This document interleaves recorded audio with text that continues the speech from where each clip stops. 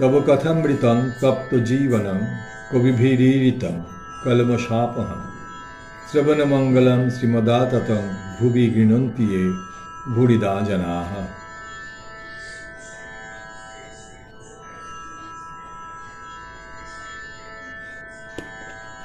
শ্রী শ্রীরামকৃষ্ণ কথামৃত আগের দিন যে পর্যন্ত পড়েছি তারপর থেকে পড়ছি। ব্রাহ্মভক্ত ও ভোগান্ত। বিদ্যারূপিণী স্ত্রীর লক্ষণ, বৈরাগ্য কখন হয়। ব্রাহ্মভক্ত। ভোগান্ত কি রূপ? রামকৃষ্ণ। কামিনী কাঞ্চন ভোগ। যে ঘরে আচার তেঁতুল আর জলের জ্বালা, সে ঘরে বিকারের রোগী থাকলে মুশকিল। টাকা কড়ি, মান সম্ভ্রম, দেহসুখ এইসব ভোগ একবার না হয়ে গেলে, ভোগান্ত না হলে সকলের ঈশ্বরের জন্য ব্যাকুলতা আসে না। ব্রাহ্মভক্ত। স্ত্রী জাতি খারাপ না আমরা খারাপ? শ্রীরামকৃষ্ণ। বিদ্যারূপিণী স্ত্রীও আছে, আবার অবিদ্যারূপিণী স্ত্রীও আছে। বিদ্যারূপিণী স্ত্রী ভগবানের দিকে লয়ে যায়, আর অবিদ্যারূপিণী ঈশ্বরকে ভুলিয়ে দেয়, সংসারে ডুবিয়ে দেয়। তার মহামায়াতে এই জগৎ সংসার। এই মায়ার ভিতর বিদ্যামায়া অবিদ্যামায়া দুই আছে। বিদ্যামায়া আশ্রয় করলে সাধুসঙ্গ, জ্ঞান, ভক্তি, প্রেম, বৈরাগ্য এইসব হয়।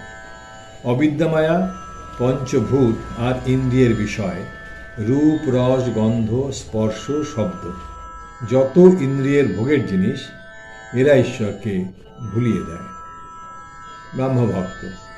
অবিদ্যাতে যদি অজ্ঞান করে, তবে তিনি অবিদ্যা করেছেন কেন? শ্রীরামকৃষ্ণ। তার লীলা। অন্ধকার না থাকলে আলোর মহিমা বোঝা যায় না, দুঃখ না থাকলে সুখ বোঝা যায় না, মন্দ জ্ঞান থাকলে তবে ভালো জ্ঞান হয়। আবার আছে, খোসাটি আছে বলে তবে আমটি বাড়ে ও পাকে। আমটি তয়ের হয়ে গেলে তবে খোসা ফেলে দিতে হয়। মায়ারূপ ছালটি থাকলে তবেই ক্রমে ব্রহ্মজ্ঞান হয়। বিদ্যা মায়া অবিদ্যা মায়া আমের খোসার ন্যায়, দুই দরকার।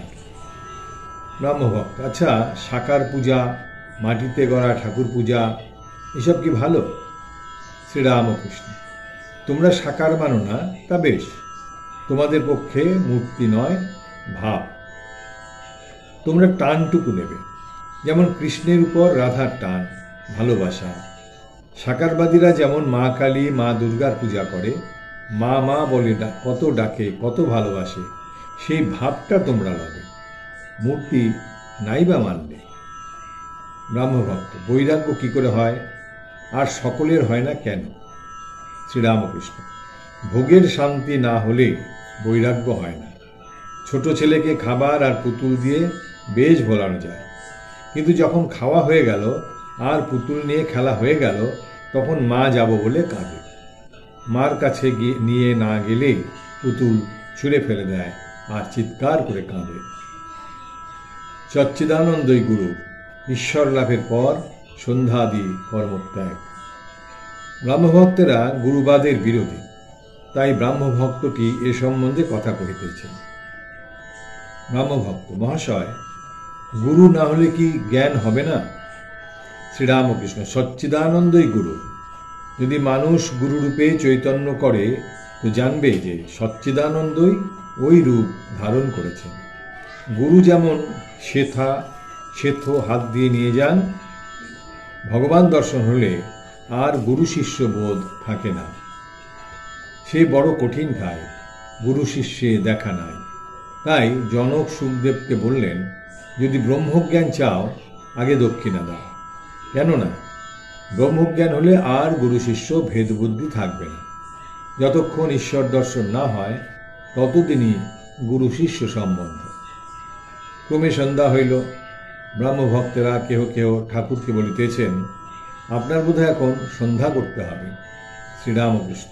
না, সেরকম নয়, ওসব প্রথম প্রথম এক একবার করে নিতে হয়, তারপর আর কোষাকুষি বা নিয়মাদি দরকার হয় না।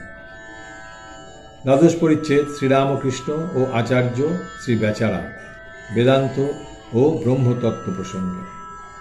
সন্ধ্যার পর আদি সমাজের আচার্য শ্রীযুক্ত বেচারাম বেদিতে বসিয়া উপাসনা করিলেন। মাঝে মাঝে ব্রহ্মসঙ্গীত ও উপনিষদ হইতে পাঠ হইতে লাগিল। উপাসনান্তে শ্রীরামকৃষ্ণের সঙ্গে বসিয়া আচার্য অনেক আলাপ করিতেছেন। শ্রীরামকৃষ্ণ: আচ্ছা, নিরাকারও সত্য আর সাকারও সত্য, আপনি কি বলেন? সাকার, নিরাকার, চিন্ময় রূপ ও ভক্ত। আচার্য: আজ্ঞা, নিরাকার যেমন ইলেকট্রিক কারেন্ট, তড়িৎ প্রবাহ, চোখে দেখা যায় না কিন্তু অনুভব করা যায়। শ্রীরামকৃষ্ণ: হ্যাঁ, দুই সত্য, সাকার নিরাকার দুই সত্য। শুধু নিরাকার বলা কিরূপ জানো? যেমন রোশন চৌকির একজন পো ধরে থাকে, তার বাঁশির 7 ফোঁকর সত্ত্বেও, কিন্তু আর একজন দেখো কত রাগ রাগিনী বাজায়। সেরূপ সাকারবাদীরা দেখো ঈশ্বরকে কতভাবে সম্ভোগ করে, শান্ত, দাস্য, সখ্য, বাৎসল্য, মধু, নানাভাবে। কি জানো, অমৃতকুণ্ডে কোনো রকমে পড়া, তা সে স্তব করেই হোক অথবা কেউ ধাক্কা মেরেছে আর তুমি কুণ্ডে পড়ে গেছো, একই ফল, দুইজনেরই অমর হবে। ব্রাহ্মদের পক্ষে জল বরফ উপমা ঠিক। সচ্চিদানন্দ যেন অনন্ত জলরাশি। মহাসাগরের জল ঠান্ডা দেশে স্থানে স্থানে যেমন বরফের আকার ধারণ করে, সেইরূপ ভক্তিহীনে সেই সচ্চিদানন্দ সগুণ ব্রহ্ম ভক্তের জন্য সাকার রূপ ধারণ করে।